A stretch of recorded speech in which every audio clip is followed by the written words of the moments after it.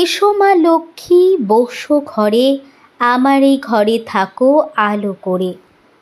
প্রতিটি ঘরে সমৃদ্ধি ও শান্তির বার্তা নিয়ে রাজারহাট গোপালপুরে অনুষ্ঠিত হলো ঘরে ঘরে লক্ষ্মী কর্মসূচি। মুখ্যমন্ত্রী মমতা বন্দ্যোপাধ্যায়ের অনুপ্রেরণায় এই উদ্যোগে উপস্থিত ছিলেন বিধায়ক তাপস চ্যাটার্জি এবং বিধাননগর পৌর নিগমের মেয়র কৃষ্ণা চক্রবর্তী। সমস্ত অনুষ্ঠানটির আয়োজনে ছিলেন বিধাননগর পৌর নিগমের মেয়র পরিষদের সদস্য আরাত্রিকা ভট্টাচার্য। এদিন 50 জন মহিলার হাতেই তুলে দেওয়া হয় লক্ষ্মী ঠাকুর ও পুজোর সামগ্রী, সঙ্গে শঙ্খ। উদ্দেশ্য একটাই, অনেক গরিব মানুষ আছেন যারা ঘরে লক্ষ্মী পুজো করতে চান কিন্তু সামর্থ্যের অভাবে করতে পারেন না। তাদের কথা ভেবেই প্রতি বছর এই মানবিক উদ্যোগ নিয়ে থাকেন বিধায়ক তাপস চ্যাটার্জি, যাতে মায়ের আশীর্বাদ পৌঁছে যায় প্রতিটি ঘরে, প্রতিটি মানুষের দরবারে। পুজো করার সরঞ্জাম বিষয়টাকে রাখা। আজকে ভাবছিলাম যে এর পরের বছর একটা দক্ষিণাও তুলে দেবো, যাতে যে ঠাকুর মশাই পুজো করবে আর যাতে কোনো অসুবিধা না হয়। হ্যাঁ, আর শঙ্খ দেখেছে, শঙ্খটা আমরা মূলত আমাদের অতিথিদেরই দিয়েছি। অতিথিতে অনেক কিছু আমরা দিই, তো শঙ্খটা দিলে কি হবে, অতিথিরা আজকের অনুষ্ঠানটা চিরকাল মনে রাখবে। শঙ্খ এমন একটা জিনিস, মঙ্গল শঙ্খটাকে রাখবে। হয়তো মুসলিম সম্প্রদায়ের মানুষ যারা কাউন্সিলর, তারা হয়তো বাড়িতে কাজে লাগবে না, তারা কোনো না কোনো মন্দিরে ইনভলভ, কোনো না কোনো বিষয়ে সেখানে তারা গিয়ে বলতে পারবে যে আমার এই অনুষ্ঠানে এটা আমি আপনাকে অরণ্যদেরকে মা লক্ষ্মী বলে থাকি আমরা। আজকে সেটা সামনেই আমরা দেখতে পেলাম যে একজন মেয়েকে তাকে লক্ষ্মী বানিয়ে আজকে আমরা ও দেবদত্তা খুব কোয়ালিফাইড মেয়ে, আরো নাচ করেন। ওকে আমরা ওর চেহারা ছবির মধ্যে মা লক্ষ্মী আমার মেয়ে প্রথম আবিষ্কার করেছে ওখানে, এবং এসে একটা জীবিত ভাবে বসে থাকলে দেখতে খুব সুন্দর লাগে, যেন মা যেন এসে গেছেন আমাদের এখানে। আর সুন্দর লাগে ও থাকলে একটা অ্যাট্রাকশনও ভালো লাগে। সবটা মিলিয়ে যেন মনে হচ্ছে একদিকে লক্ষ্মী আর একদিক দিয়ে যেন জীবন্ত লক্ষ্মী আমাদের সামনে আছে।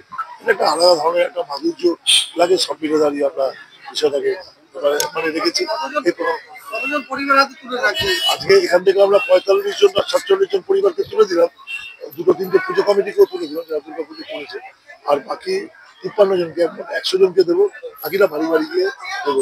অনেক পরিবার আছে এই প্রোগ্রামে এসে নিতে চায় না, তারা বলে যে সেগুলো তাদেরকে আমরা হাতে গিয়ে আমাদের কর্মীরা তালিকা করেছে দিয়ে দেবো। আর একটা যেহেতু মঞ্চে অনুষ্ঠান করলে যারা তাদের দেখে নিই তারা বিষয়টাকে দেবো। প্রথম যে শুরু করলো তাদের এমন আর্থিক অবস্থা, এক ভদ্রমহিলা আছে যখন গ্রামের তালিকা ছিল না, তার প্রতি মাসে সংসার আমি চালবো, সে গিয়ে আমাকে এখনো শাসনের মুখে হতে বলে এই আমার টাকাটা আগে দিত, অন্য সার্ভিস দিতে হবে।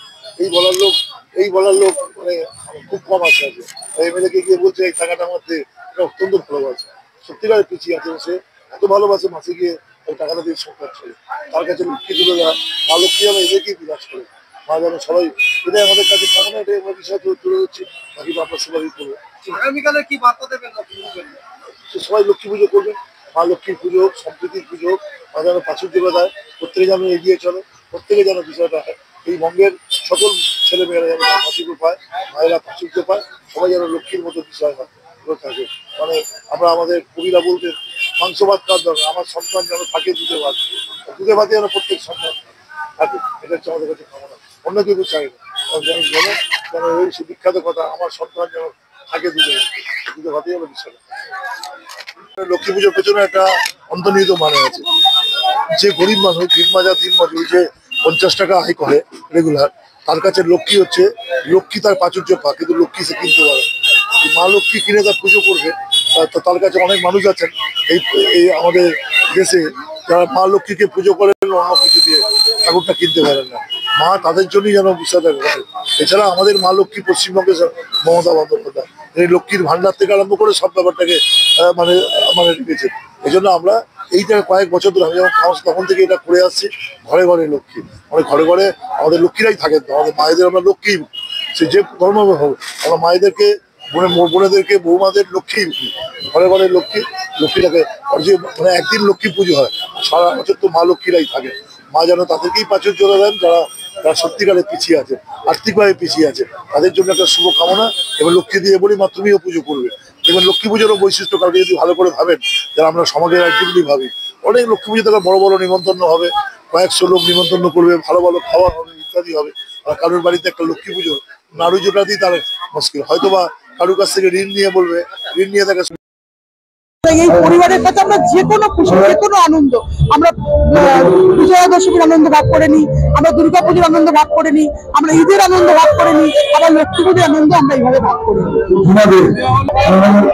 কোনো অনুষ্ঠানিক সর্বধর্ম পালন না হয়, যে অঞ্চলে দাঁড়িয়ে আমি কথা বলছি, এখানে আমরা ঈদের অনুষ্ঠানও পালন করি, মহরমও পালন করি, স্বামীজির জন্মদিবস পালন করি, আবার নবীজির জন্মদিবস পালন করি, আবার ঘরে ঘরে পালন করি। আবার দেখবেন জন্মদিনের দিন এখান থেকেই মানুষকে আমরা কেক দিই।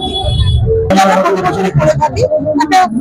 একটি মেয়েকে সুন্দর আর নিজের লক্ষ্মী আমরা বলি যে ঘরের মেয়েরাই হলো লক্ষ্মী, সেই রূপটাকেই আমরা প্রকৃতভাবে তুলে ধরি।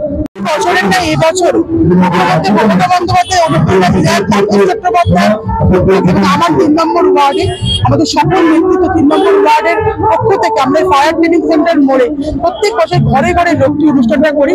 এটা আমরা অনুপ্রাণিত হয়েছে মুখ্যমন্ত্রীর লক্ষ্মীর ভান্ডার ওই কনসেপ্ট থেকে। আমরা মা